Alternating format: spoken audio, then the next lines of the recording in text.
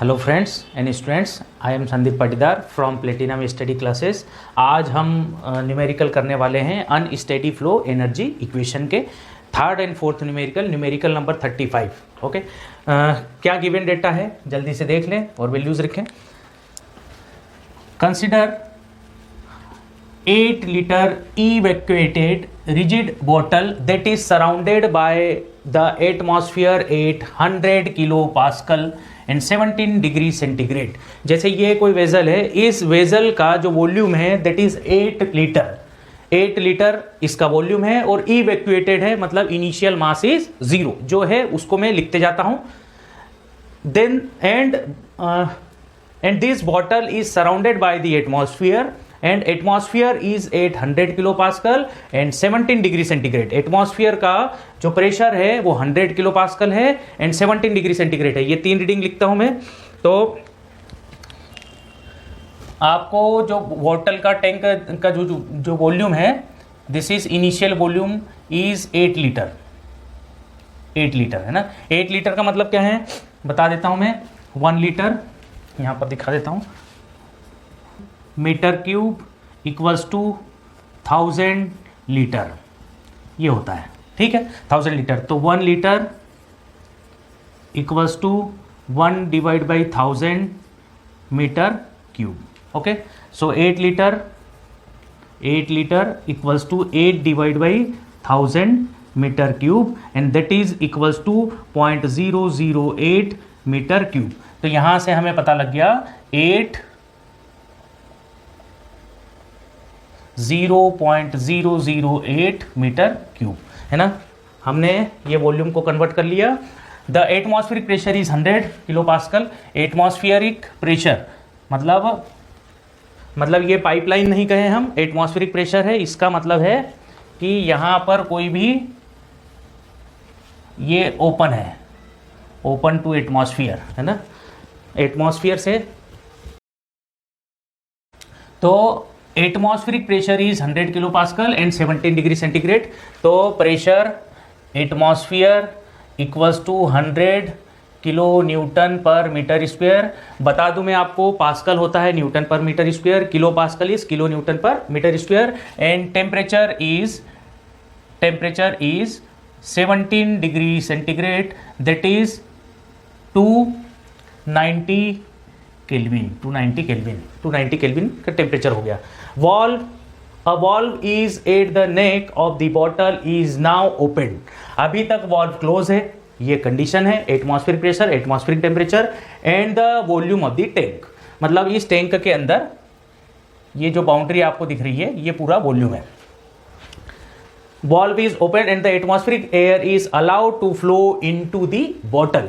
अब क्या होगा, जो एटमॉस्फेरिक एयर है ये अलाउ होंगी फ्लो होकर के टैंक के अंदर आने के लिए, है ना। ये एयर एंटर कर रही है ना, एंटरिंग एयर।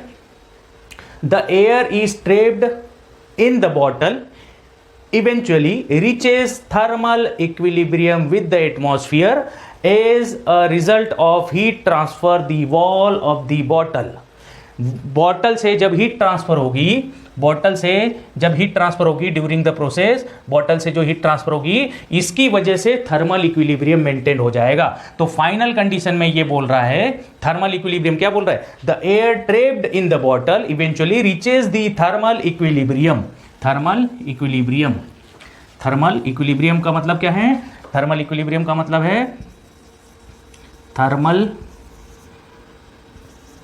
इक्विलिब्रियम का मीनिंग है rate of change of temperature with respect to time is 0। मतलब टेम्परेचर इज कांस्टेंट, और टेम्परेचर कांस्टेंट का मीनिंग क्या है, टेम्परेचर कांस्टेंट का मतलब है T2 equals to T1। Initial और final temperature will be same.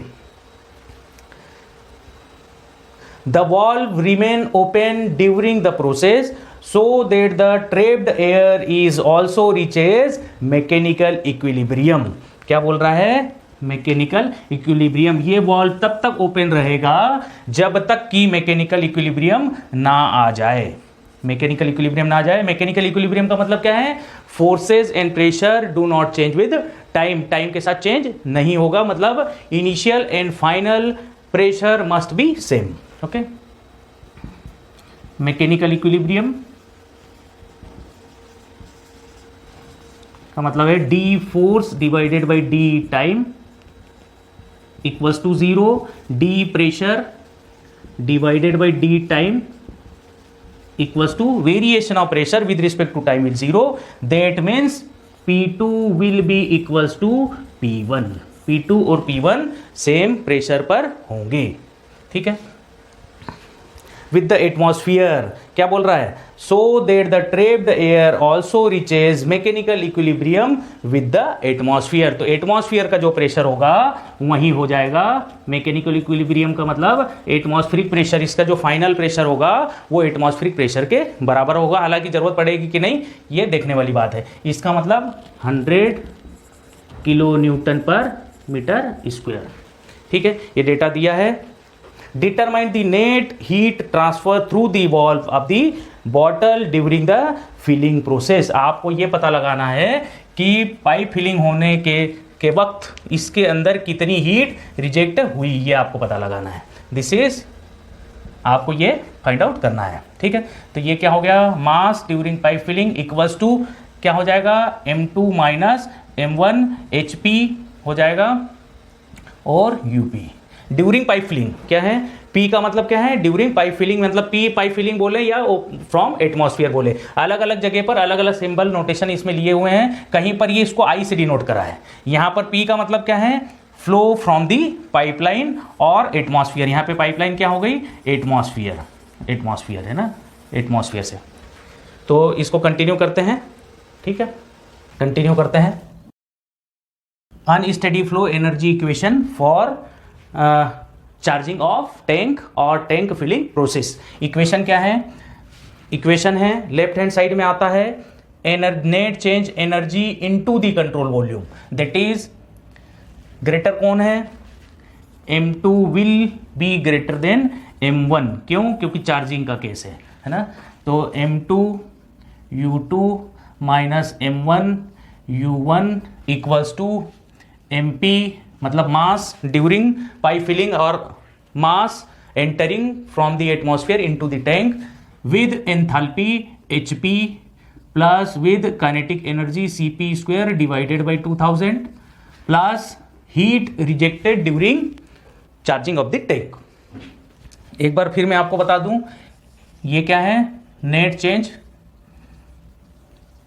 Change of energy in the CV in the control volume. और राइट हैंड साइड में क्या है, राइट हैंड साइड में है energy entering into the tank during charging plus transitional energy.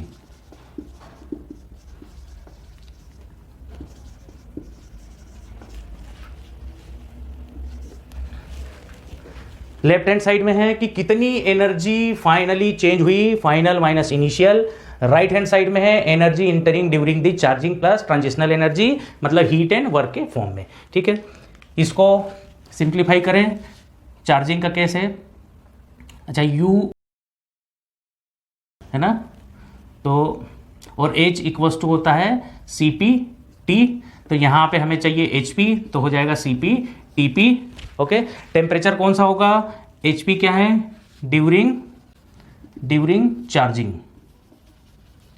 Charging के दौरान क्या होगा, अगर चार्जिंग है तो HP equals to CP into TP जो होगा दैट विल बी वो टेम्परेचर होगा, TP वो टेम्परेचर होगा जो ड्यूरिंग पाइप फिलिंग है ना, मतलब entering temperature,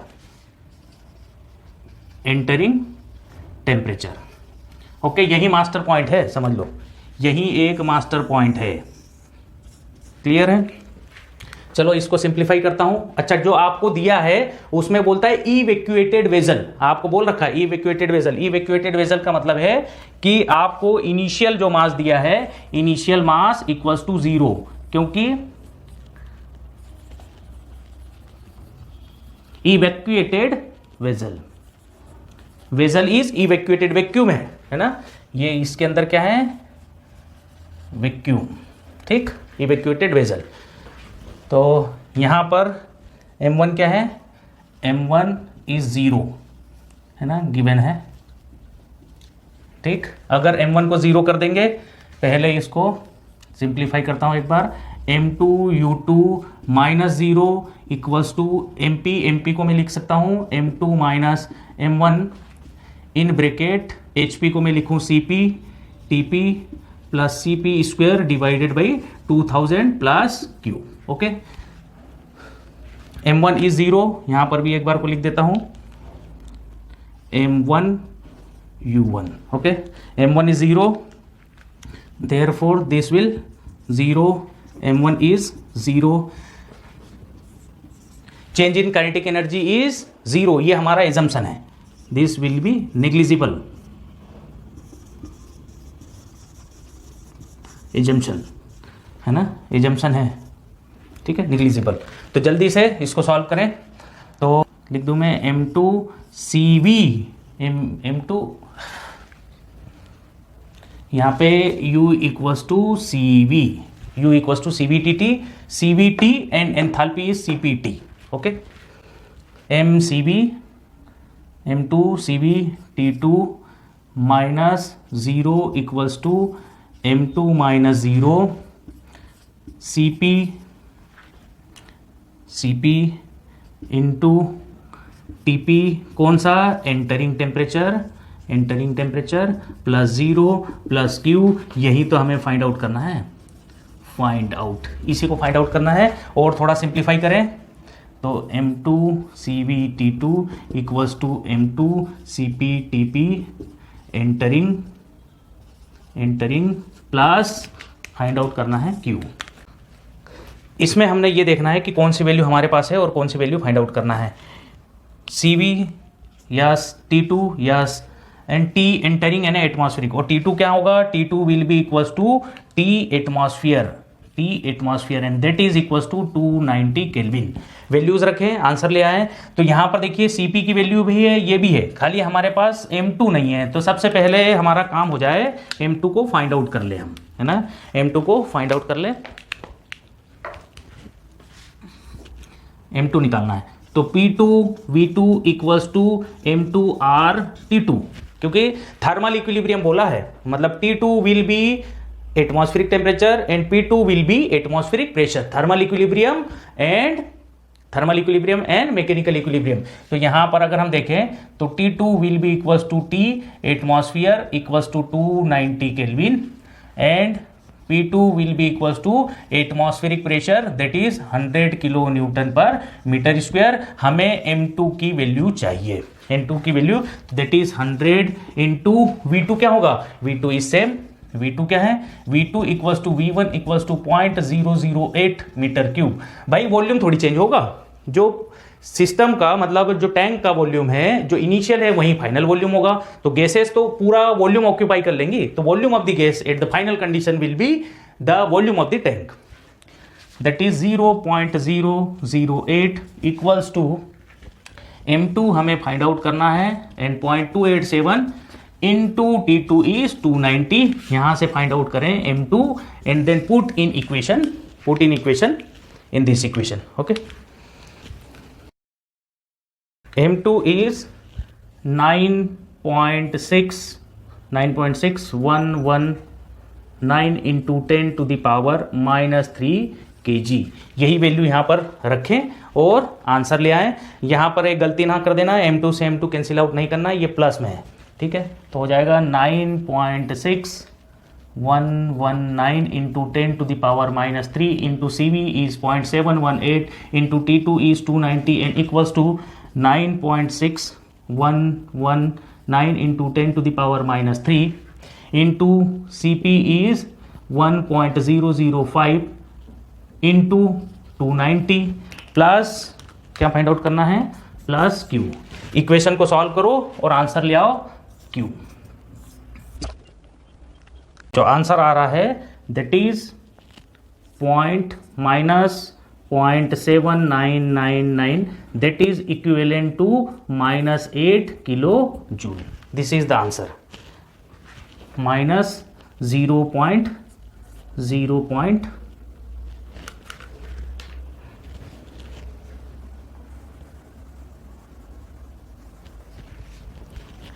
minus 0.8 kilo joule, ये आंसर है। ठीक है, मतलब इतनी हीट रिजेक्ट हो रही है सिस्टम से। Minus sign indicates that 0.8 kilo joule heat is rejected during pipe filling, यही लिख सकते हैं हम, है ना। ठीक है, अच्छा न्यूमेरिकल था। पहले वैक्यूम था, टैंक के अंदर वैक्यूम था। जब पाइप से जो चार्ज फ्लो होकर के आया, वो कितना चार्ज फ्लो होकर के आया, mp into H P C P square divide by 2000 into Q, इतनी एनर्जी टैंक के अंदर आई ड्यूरिंग पाइप फिलिंग। और जो नेट एनर्जी का जो चेंज होगा, जैसे आप ऐसे सोचिए कि मान लो इसमें कोई एनर्जी नहीं है और इसमें फाइनली 1000 किलो जूल की टोटल एनर्जी हो गई, इसका मतलब टैंक से कितनी energy I, that is 1000 kilo joule.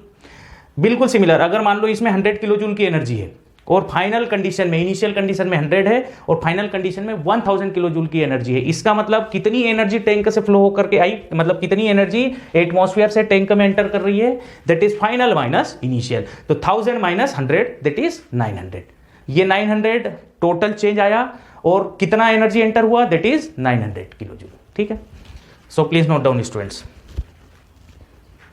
So students, next numerical continue कर लेते हैं। Numerical number 36, an air receiver of volume 5.5 metre cube contains air at 16 bar and temperature is 42 degree centigrade. मतलब एक एयर रिसीवर है, इसके अंदर existing जो volume है that is 5.5 metre cube, pressure is 16 bar and temperature is 42 degree centigrade initial.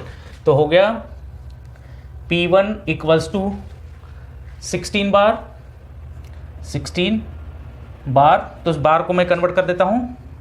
Pressure P1 equals to 16 bar equals to 16 into 10 to the power 5, तो Newton पर metre square divided by 1000, मतलब ultimately 100 का multiplication होता है 1600 kilo newton पर metre square, 1600 kilo newton पर metre square. And temperature is 42 degree centigrade, T1 is 42 degree centigrade, that is 315 Kelvin.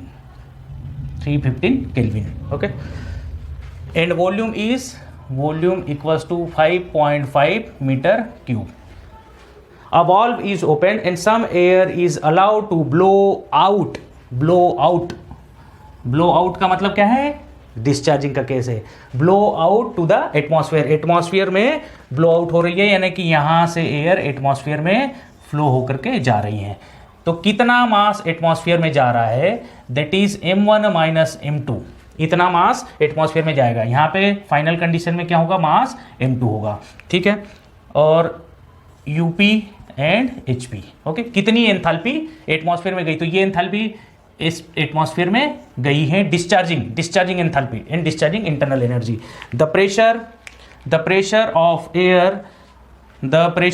The air in the receiver drops rapidly to 12 bar when the valve is then closed. जब आप valve को close कर देंगे उस condition में tank के अंदर pressure घट करके हो जाएगा 12 बार। तो यहां पे हो गया P2 equals to 12 bar equals to 12 into 10 to the power 5, तो हो जाएगा न्यूटन पर मीटर स्क्वायर डिवाइडेड बाई 1000, तो किलो न्यूटन पर metre square, that will come 1200 kilo newton पर मीटर स्क्वायर। अल्टीमेटली 100 का हम मल्टीप्लीकेशन करते हैं। ठीक है, P2 हो गया।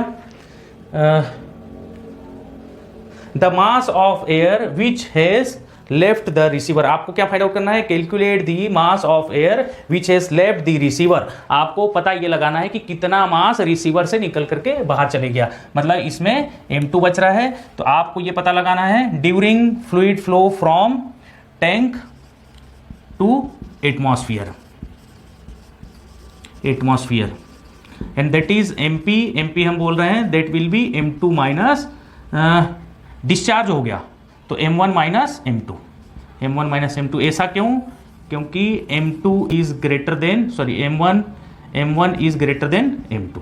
ठीक है, तो आपको पता लगाना है द मास ऑफ एयर, मतलब कितनी एनर्जी जो है आपको ये फाइंड आउट करना है।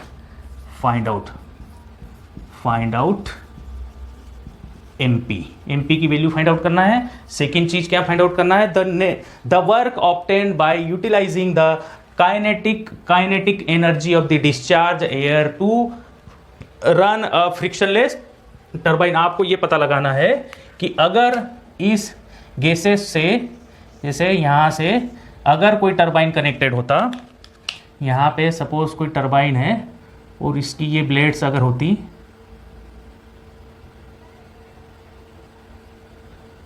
ये कोई टरबाइन अगर होता है ना,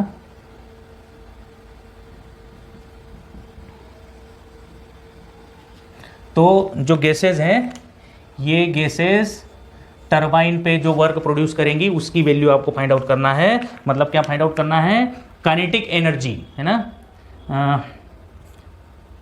CP² divided by 2000 into MP, इसकी वैल्यू आपको फाइंड आउट करना है, that is in the form of kinetic energy.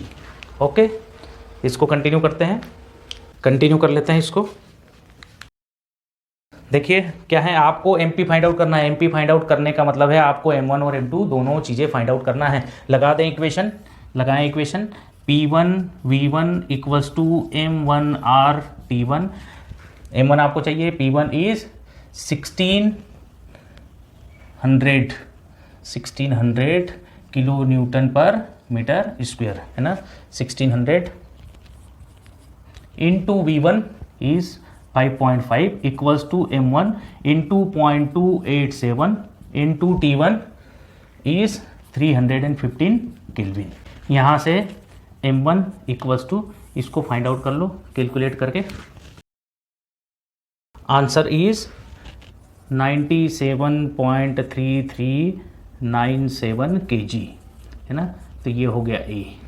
ठीक है, दूसरी चीज़ फाइंड आउट कर लें, आपको क्या M2 फाइंड आउट करना है। तो P2 V2 equals to MRT2, volume क्या होगा, V2 इक्वल्स टू 5.5। भाई गैसेस पहले इसके अंदर थी तो पूरा वॉल्यूम ऑक्यूपाई करके रखा था, उतना ही सेम वॉल्यूम। मैं आपको बता दूं कि यहां पर जो वॉल्यूम है, this is the volume of gases, न कि वॉल्यूम ऑफ टैंक। तो वॉल्यूम ऑफ गैसेस कितनी होगी, गैसेस की प्रॉपर्टी होती है कि वो दूर दूर जाती हैं और सरफेस पे फैल जाएंगी, तो इसलिए initial volume will be equals to final volume, because volume of the gases is same as the volume of the tank. Okay, अगर मुझे P2 V2 equals to MRT2 find out करना है, मतलब इक्वेशन लगानी है, M2 फाइंड आउट करना है, तो सबसे पहले मुझे फाइंड आउट करना पड़ेगा वैल्यू ऑफ T2 है ना। तो T2 की वैल्यू मैं फाइंड आउट करूं तो अच्छा, आपको बोल दिया है कि tank is insulated, tank is insulated, tank को इंसुलेट कर दें।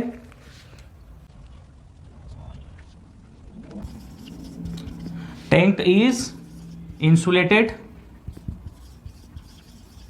Therefore heat transfer will be zero. जब हीट ट्रांसफर जीरो होगी भाई साहब, तो DS इक्वल्स टू DQ/T। जब हीट ट्रांसफर जीरो, इसका मतलब change in entropy will zero, इसका मतलब है एंट्रोपी इज कांस्टेंट, एंट्रोपी। और जब एंट्रोपी कांस्टेंट होगी तो प्रोसेस को हम बोलते हैं आइजेंट्रोपिक, आइजेंट्रोपिक। और जब प्रोसेस आइजेंट्रोपिक होगी, for isentropic process, for isentropic process entropy is constant. And आपको तीन वैल्यूज हमेशा याद रखनी है, मतलब तीन equation, PV to the power gamma equals to constant, TB to the power gamma -1 equals to constant, and C is T divide by P to the power gamma -1 by gamma equals to constant. ये वाली equation हमारे काम की है, इस equation को हम use कर लें, लगा दें T2 divide by P2 to the power gamma -1 by gamma equals to T1 divided by P1 to the power gamma -1 by gamma. इसको फर्दर सॉल्व करें। T2 जो कि हमें फाइंड आउट करना है, T2 divide by T1, T1 is 315 equals to P2 divide by P1, P2 is 1200 divided by 1600 whole to the power 1.4 minus 1 divided by 1.4। यहाँ से calculate कर लेंगे T2 की वैल्यू। ओके, T2 कैलकुलेट कर लीजिए। Answer is T2 is 290.144 kelvin. Okay, हमें T2 तो मिल गया, T2 मिल गया, then find out M2 find out कर ले, है ना। P2 V2 equals to M2R T2, इसको फर्दर सॉल्व करें। P2 इज 1200 किलो न्यूटन पर metre square into volume is 5.5 and that is equals to M2 जो हमें फाइंड आउट करना है, into R is 0.287 into T2 is 290.144। यहाँ से आपने फाइंड आउट कर लिया M2 आपने फाइंड आउट कर लिया। M2 is 79.2589 kg। ओके, अब हमें जो फाइंड आउट करना है, क्या फाइंड आउट करना है? पहली चीज find out mass, discharge mass from the tank, है ना। डिस्चार्ज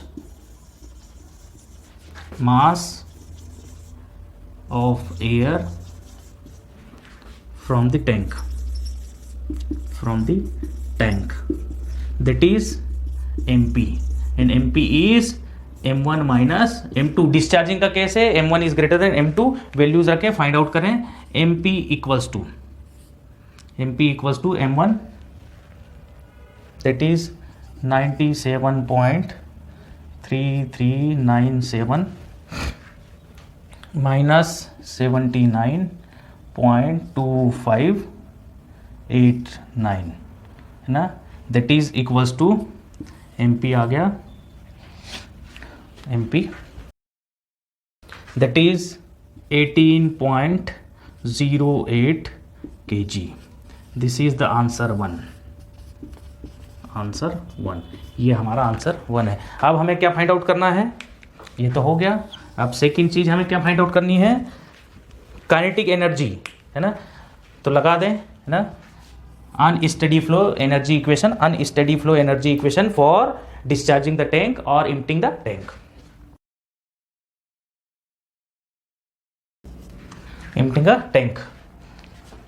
एनर्जी इक्वेशन लिखें। एम्प्टिंग अ टैंक यानी डिस्चार्जिंग अ टैंक, डिस्चार्ज हो रहा है, इसका मतलब क्या है? M1 is greater than M2। तो एनर्जी की इक्वेशन हो जाएगी M1 U1 minus M2 U2 plus MP in bracket enthalpy जो डिस्चार्ज हो रही है प्लस काइनेटिक एनर्जी, किस काइनेटिक एनर्जी के साथ डिस्चार्ज हो रहा है? प्लस Q, है ना। इंसुलेटेड है, देयरफॉर हीट ट्रांसफर इज 0। कोई बात नहीं, बात कर लेंगे। U को हम लिखते हैं CVT और H को हम लिखते हैं CPT। ओके, HP यहाँ पर हो जाएगा HP equals to CP into TP, और जो टेम्परेचर होगा that will be discharge pressure. Discharge pressure कौन सा होगा? किस प्रेशर के साथ डिस्चार्ज होगा? जो फाइनल टेम्परेचर होगा टैंक के अंदर, जो फाइनल टेम्परेचर रह जाएगा, हम मान करके चलते हैं कि उसी टेम्परेचर के साथ फ्लूइड डिस्चार्ज हो रहा था, मतलब लिविंग टेम्परेचर।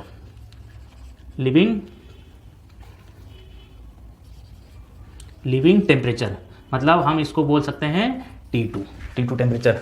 ओके, और M1 CV T1 minus M2 CV T2 equals to M1 minus M2 CP TP, कौन सा? लिविंग टेम्परेचर, लिविंग और discharging temperature, plus heat transfer is 0। ये तो है 0। ओके, इसको इरेज करके इधर में सॉल्व करता हूँ। वैल्यूज रखें, आंसर ले आए। M1 इज, यहाँ से वैल्यू देख लें, this is M1 minus M2, तो 97.3397 minus into CB is 0.718 into T1 is 290। T1 is, यहाँ से देखें, this is T1, okay 315 minus M2 79.2589 into 0.718 into T2 is 290.144. Okay ये तो है left hand side and that is equals to right hand side क्या होगा 97.3397 minus 79.2589 into CP is 1.005 into entering leaving temperature, किस temperature के साथ leaving कर रहा है, that is exit temperature, that is 290.144 ये सारी चीजें हो गई। और साथ में जो हमें फाइंड आउट करना है, क्या फाइंड आउट करना है, CP square divided by 2000 into MP, ये हमें फाइंड आउट करना है। फाइंड आउट इसको हमें फाइंड आउट करना है, plus CP square divided by 2000 into MP, इसको फाइंड आउट करना है। कैलकुलेट करिए और आंसर ले आइए। आंसर काइनेटिक एनर्जी क्या होगा, that is equals to CP square divided by 2000 into, that is equals to, this will be the answer, ये हमारा होगा answer 2। Answer is 231.804 kilo joule, है ना। मतलब ये आपको क्या दिखा रहा है कि टरबाइन पे जो वर्क कर रही हैं gases 231.804 kilo joule work is done by the gases on the turbine in the form of kinetic energy. Okay, तो ये यहां पर आप देख सकते हैं।